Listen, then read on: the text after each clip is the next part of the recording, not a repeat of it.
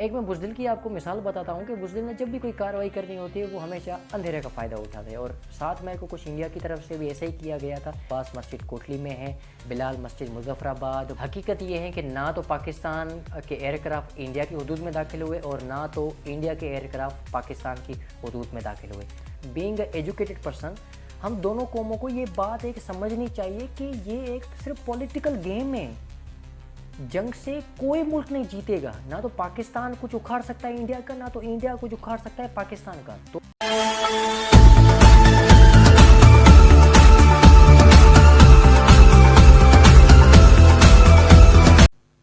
बिस्मिल्लाहिर्रहमानिर्रहीम, अस्सलाम वालेकुम। उम्मीद करता हूँ आप सब खैरियत से होंगे। मेरा नाम अशफाक अली है।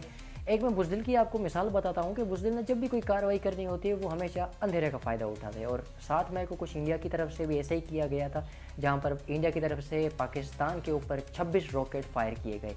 और किस लिए फायर किए गए? क्योंकि पहलगाम 22 अप्रैल को जो पहलगाम में वाक़या हुआ था वो इंडिया ने पाकिस्तान पर इल्ज़ाम लगाया कि ये पाकिस्तान ने करवाया और उसके रिटेलिएट पर ये इंडिया की तरफ से हमला था। और रात को 1:44 पर DGI साहब अहमद शरीफ की तरफ से ये कन्फर्म कर दिया गया कि इंडिया की तरफ से हमला किया गया है।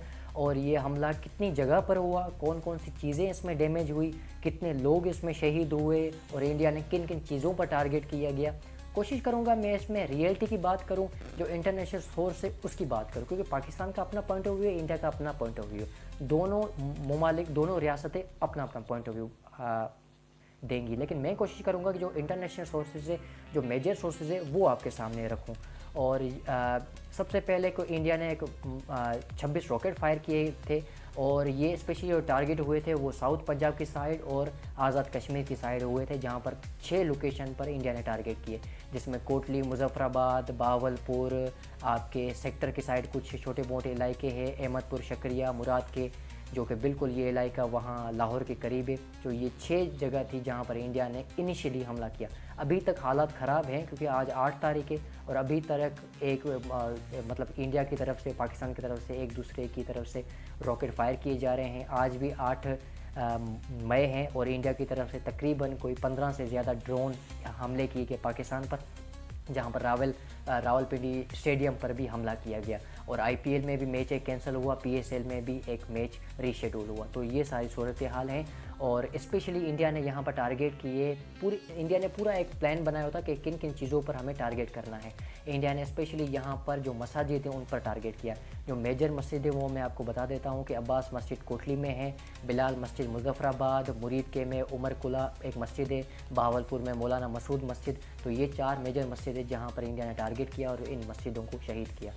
इंडिया की तरफ से ये क्लेम आया है कि हमने कोई सिविलियन को टारगेट नहीं किया गया, दहशतगर्द को टारगेट किया गया। अब मैं आपको बताता हूँ, रिपोर्ट बताता हूँ, जो डेथ रिपोर्ट है जिसमें 26 कैजुअलिटीज़ हुई हैं, फिर आप तय करें कि यह दहशतगर्द हैं या मासूम लोग हैं। ये बावलपुर में 7 औरतें शहीद हुई जिसमें 3 साल की बच्चियाँ हैं।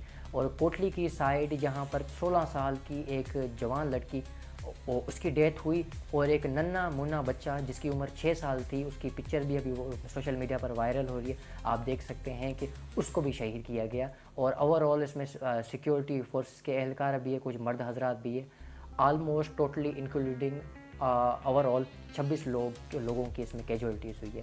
अब आप ही बताएं कि ये दहशतगर्द हैं या एक सिविलियन है जो कि ज़िंदगी में डेली लाइफ, जिनका जंग में आना ना जाना। एक मैं बात इनिशियली क्लियर कर दूं कि अगर कोई इंटरनेशनल मुल्क या कोई दूसरी रियासत या कोई दूसरा खिता ये समझ रहा है कि ये सब कॉन्टिनेंट में हालात ख़राब हैं, ये हमारी तरफ नहीं आएंगे, तो ये 1965 की जंग नहीं या 1999 की कारगिल है, ये 2025 की है। यहाँ पर अगर सब कॉन्टिनेंट में अगर हालात ख़राब होंगे तो ये इफ़ेक्ट पूरी दुनिया में आएगा। जंग करना कोई बच्चों का खेल नहीं है। ये बात हम जितनी आसान समझ में हमें आ जाए तो उतना बेहतर है। पाकिस्तान की तरफ से क्लेम किया गया कि हमने इंडिया के 5 से 6 फाइटर जेट मतलब गिराए हैं और इंडिया की तरफ से ये क्लेम किया गया कि हमने 3 पाकिस्तान के फाइटर जेट गिराए हैं। हकीकत ये है कि ना तो पाकिस्तान के एयरक्राफ्ट इंडिया की हदूद में दाखिल हुए और ना तो इंडिया के एयरक्राफ्ट पाकिस्तान की हदूद में दाखिल हुए। According to BBC, New York Times और राउटर्स, ये राउटर्स एक UK की जो ब्रिटिश है उसकी मैगज़ीन है, ये 3 इंटरनेशनल मेजर सोर्सेज हैं, इनकी तरफ से ये क्लेम किया गया कि इंडिया की जो फाइटर जेट्स गिरे हैं वो पाकिस्तान ने 3 फाइटर जेट्स गिरा हैं। अब इसमें कंफर्म नहीं है कि राफेल हैं, मिग-21 हैं, ड्रोन्स हैं, कौन कौन सी चीज़ें हैं। एक मैं आपको मिसाल दे दूं और यहाँ पर मैं अपनी बात ख़त्म करना चाहूँगा कि जंग से कोई मुल्क जीतेगा नहीं। दोनों तरफ पढ़े लिखे लोग भी हैं, दोनों तरफ कुछ जाहिल लोग भी हैं।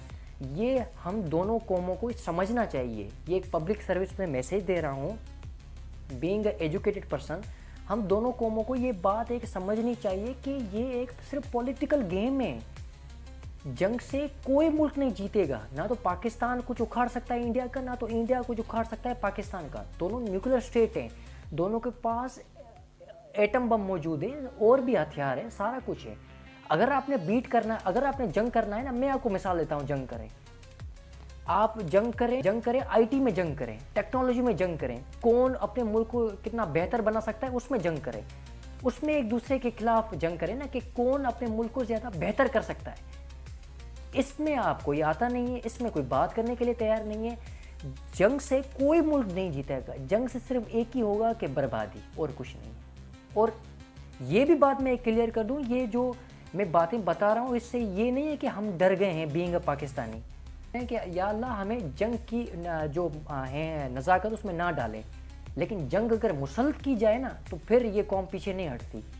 ये एक पॉजिटिव में मैसेज भी दे रहा हूँ।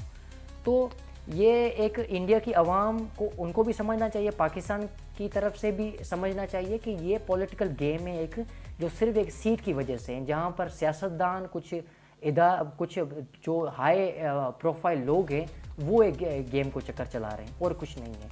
और ये मेरी बात अगर 2 लोग भी समझ गए ना, मैं ये समझूंगा कि मैंने अपना फ़र्ज़ अदा कर दिया है। और इसमें फ़र्ज़ की अगर मैं बात करूँ तो इसमें स्पेशली जो इंटरनेशनल डिपार्टमेंट हैं, जो इदारे हैं जिसमें यूएनओ, ह्यूमन राइट्स, ये किस लिए बने हुए हैं? ये इसलिए बने हुए हैं ना कि पीस को मेंटेन कर सके, अमन को मेंटेन कर सके। इसमें इनका कुछ नहीं जाता। अभी तक कोई एक पॉजिटिव बयान नहीं आया, कुछ भी नहीं आया। सिर्फ एक बयान दे देते हैं, ट्वीट कर देते हैं कि भाई हम अपना किरदार अदा करेंगे। भाई कब अदा करोगे किरदार? जब 2 मुल्क इस नक्शे से ख़त्म हो जाएंगे फिर आप अदा करोगे। हालात आपके सामने हैं। Thank you so much. अस्सलाम वालेकुम। पाकिस्तान पाइंदाबाद।